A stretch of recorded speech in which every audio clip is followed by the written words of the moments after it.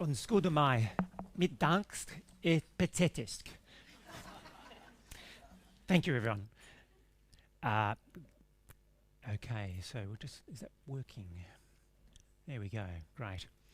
Thank you very much, tusen tak, and I'm looking forward to presenting. So a few disclosures. I have various funding from the Department of Health, etc. within Australia, a member of Doctors for the Environment in Australia, and I certainly acknowledge in particular Kristen Pickles, who's from Sydney University, for her help in presenting this talk, as well as other people that you see there, particularly Scott McAllister, who's the scientist who works with me on the topic of life cycle assessment. You may recognise this. So what I was particularly interested in was not so much the Little Mermaid at the front there, but I was more interested in me being the nerd that I am. At the background, you can see the smokestacks from your Danish energy production, Hofo I think it's called, and also the windmills. Well, the windmills got electricity, that's all exciting, but I was more interested in the fact that you could actually rock climb that great big smokestack at the background, which is where you get all your heat from for Copenhagen. In more detail, you can see it a bit more clearly there. I think that's important, and we'll come back to this story about why that's important, because your energy source is really something we don't normally think about as medicos, but it's a really important part of working out your life cycle of things that we make and produce. Now, just quickly, I'm going to talk a bit about, so this is Kristen Pickles' role, who's from Sydney Uni. There's a lovely Sydney Uni, almost as old as, in fact, probably about the same age as the building John was talking about, 1880s. And you can see that there were quite a number of people that have been involved, HEAL and the Sydney Health Literacy Lab, of which Kirsten is a member, Wiser Healthcare and the University of Sydney. What I just wanted to show you here briefly, this study by Karis Batkup and myself and Kristen and a few other members of the team, is that it's a new field. It's a nascent field of working with behaviour change scientists as well as clinicians to try to look at carbon and try to institute ways to reduce our carbon footprint beyond the daily activity. In fact, our study showed that there are only about 6 studies that have been done. Most of them actually in anaesthesia. We'll talk briefly about why that might be, but it's basically related to gas, the atmosphere that we breathe. And I think as anaesthetists, we're sort of constantly aware of the fact that we're passing gas and that it's important for the environment beyond the operating theatre. Also, I just wanted to mention that there are, not just in the United Kingdom, and the United Kingdom I think is leading the way. I don't know how Denmark is going, for example, but certainly in healthcare, the NHS, National Health Service, greening healthcare system is really making great strides, and we're trying to emulate that here. This is an example of net zero clinical programs in New South Wales, Australia, which is got various different clinical leads trying to embed ways to be more sustainable from a carbon and other environmental footprint point of view in our hospitals. So, the race to zero. For me, this started in a place rather unlike Denmark, in Alice Springs, a desert. And I was particularly interested, this is the Royal Flying Doctor Service that I worked for back 15 years ago, and started to think a bit more about the huge amount of resources that went into healthcare. I loved that job. I still love my job in intensive care and anaesthesia, but I am well aware now, and increasingly aware, as we've already seen from this slide from John, is that we as clinicians have a high carbon footprint, particularly obviously in high-income countries, but also increasingly even in middle-income countries as well, such as for China and India, for example. And as John has already alluded to, that story of try to keep things, the green should become greener. In other words, we should keep doing good things, but make them greener. But we should try to stop the yellow and stop the red, for certainly. In other words, reducing harmful care, which is the red, and reducing low-value care, which is the orange. So I think we're really only at the beginning of that story, and it's rather exciting to embark upon it. And I know there'll be members of this community here who will go forth and make a change. And what I would mention when I talk to general practitioners, who I have quite a few, they sort of bemoan sometimes and say, well, you're doing all this great stuff in the hospital, what about what I'm doing in general practice? Well, I think in general practice, the most important thing is actually what is going to be discussed in much greater detail here about avoiding low-value care, for example. I think that, preventing one person from smoking, stopping obesity occurring, those sorts of factors have enormous flow-on effects, not just for the patient, of course, but also for the broader society and environmental footprint. So we're going to quickly talk a bit about life cycle assessment in the operating room, and I apologise if this is going to be focused on what I tend to do on a day-to-day basis, but I think it's really trying to give you a story of what I've been doing for the last 15 years. We're going to talk about nitrous oxide. I don't know if the Danes use much nitrous oxide during birthing, for example, but we certainly do in Australia and the UK. And we can talk a bit more about effective cross-collaboration, because in all of this story, it's not really about me, it's about all of us working together, which is really exciting. All the way it's been working with engineers at the University of Melbourne, with Scott, who's a life cycle scientist, with hospital management, with infection prevention, really important, and the story is only just beginning. So this cartoon shows essentially what life cycle is in a very, very basic way. That, you can work out what the carbon or a petrochemical or an air pollution or a metals use point of view, whatever environmental factor you want to look at, and you can look about 15 to 20, and you can work out what a carbon footprint is. It's been around actually since the late 1960s. Coca-Cola was the first to do a life cycle in the world. In the 1960s, they compared glass to plastic bottles. And since then, it's expanded. But it's relatively new in healthcare. Much more common in industry to have this for financial reasons as well. In the operating room, and I'm not sure again what it's like in Denmark, but essentially this operating room, you can see everything there is throwaway except for the metalware around the patient's body. So there's a little bit of metalware up the top left-hand part of the screen, but everything else is throwaway. Chuck it away, single use, take, make, waste. What I want to show you is a study that we did. This is one of our studies of life cycles. You'll recognise these fairly simple anaesthetic equipment, laryngoscope blades and handles, tubing, face masks. So we compared what was the carbon footprint of this equipment in our hospital, which is actually reusable, versus just about every other hospital in Australia, which is single use. And we wanted to see, well, okay, how do we really know that the carbon footprint is better for using reusable? Because don't forget, you've got to reprocess everything. You have to wash it and sterilise it, and there's got a lot of energy use. In a nutshell, what you have to do is go in behind the scenes and also do a financial study. We did a time and motion study, and so you sort of burrow around behind the scenes and you start measuring things, electricity, water, and all the rest of it, see how long it takes to process things, what things are made of, where they come from, how long it took the ship to get there, whatever it is. There's a lot of work behind the scenes that goes on in this story. This is the back of house behind the steriliser. And you can see the silver wrap at the bottom right-hand corner is the steriliser, so it's all wrapped up because it has to be nice and warm. And that runs continuously. It's an electric kettle. And so you can see the wires. We hooked up all these wires because we wanted to measure the energy use, over 1,000 runs of the steriliser, because we wanted to see how much water was being used, and electricity, and on different loads, and whether it was plastic, and whether it was metal, whatever it was.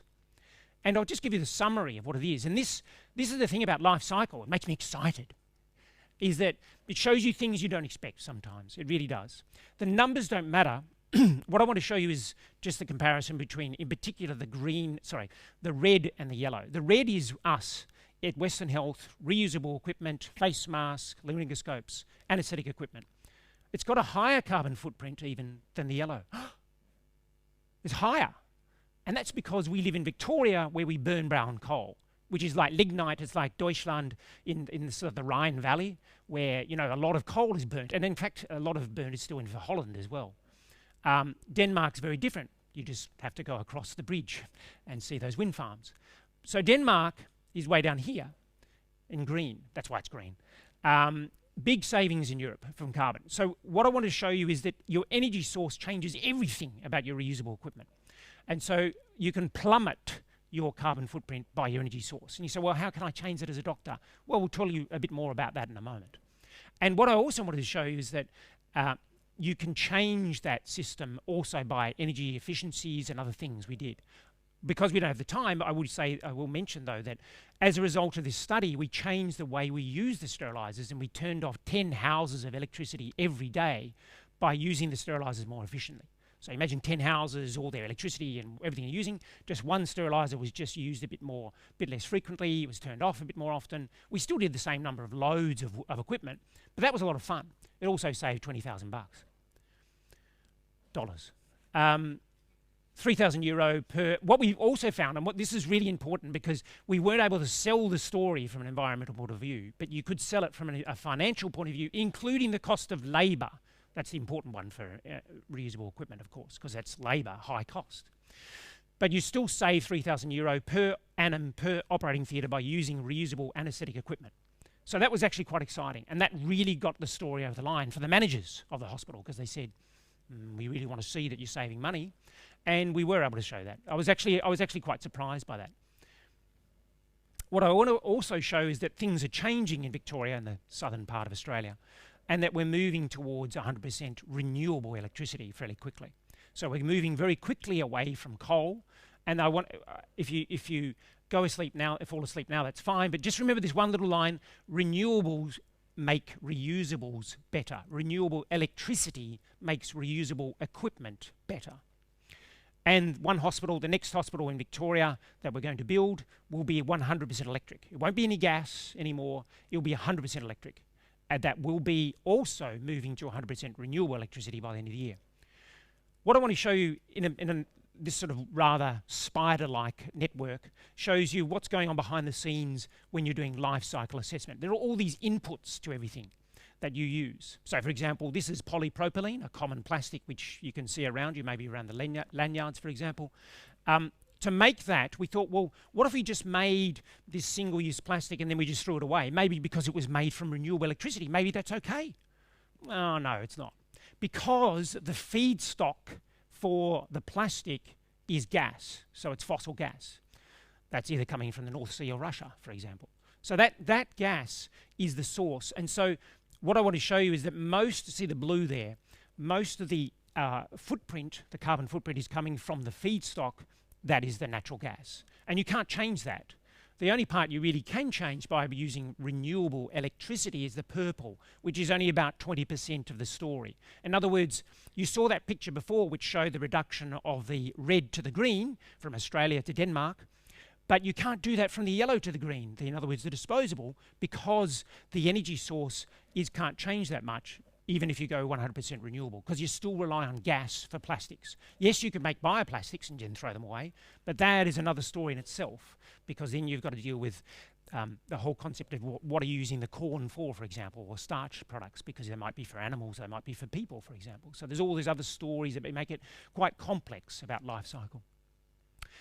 I'll just show you some of the things. This might seem really boring and old. In fact, probably 30 years ago, this would have been normal to have a reusable. This is the intensive care unit at Western Health where I work. I'm wearing that. This is during COVID-19. We went to reusable gowns because we use more than 1 million disposable gowns for the year 2020.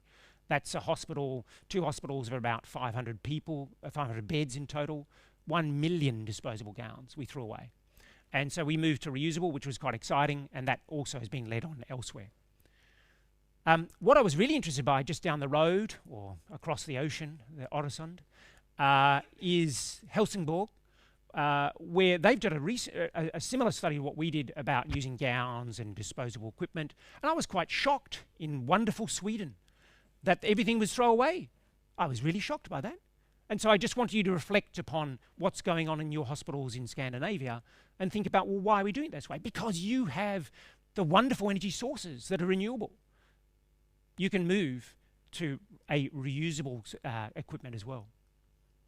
So this is the operating theatre. You can see, as opposed to that other operating theatre you saw, which wasn't Western Health, this is all reusable green plastic cartons and trays. You can see down the bottom left, you can see the blue reusable gowns, you can see the drapes are reusable.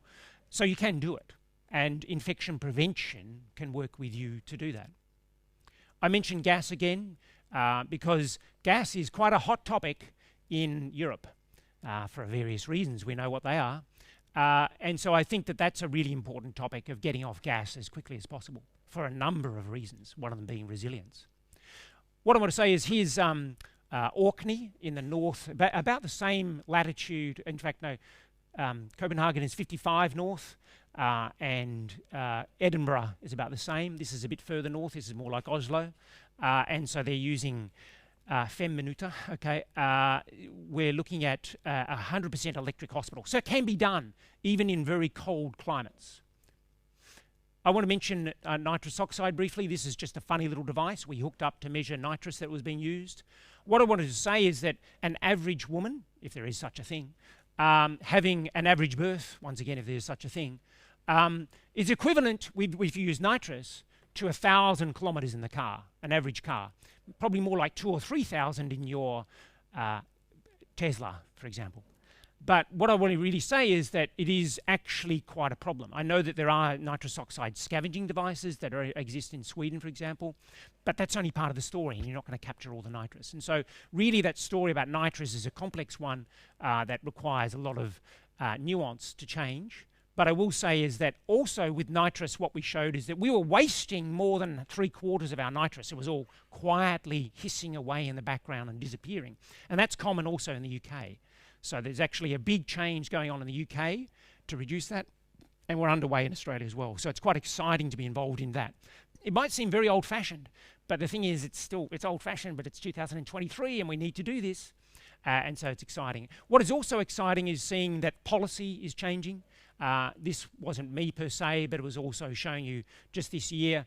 You can't really read the red writing so much, but it's more just to say that in operating theatres, it's no longer mandatory to have nitrous oxide piped into your operating theatres anymore. It might seem strange, why do we need that? Well, that's just because they were the rules.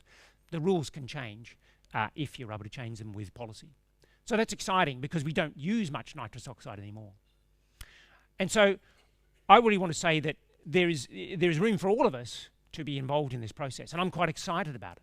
And I'm excited the fact that this room is full and that people aren't asleep. And this is something that is something we can all do. Pharmaceutical stewardship, I think, is a really important one. I mean, I know we talk about antibiotic stewardship, which is incredibly important. But beyond that, the whole pharmaceutical stewardship, because pharmaceutics are about 15 to 20% of the total carbon footprint of healthcare. So it's a big one because they're very energy intensive to make. And intravenous is much more intensive. It's about 10-fold compared to oral. So getting to oral medications is also really important. Choosing wisely, the involvement of executive, and I think a culture of creativity, conjecture, and criticism is incredibly important in all of our work. And once again, I'll finish up by saying that that how we all do things together with health co-benefits, the social determinants of health, those differences that exist between nations, between who has what and what healthcare they can access, are incredibly important. There are no silver bullets, and I think that we'll hear that it is an arduous and long road. It's a prolonged slog. I think it's almost the same word in Danish, slog. But there is health promotion in all things that we do. So thank you very much for your time, and tusind tak.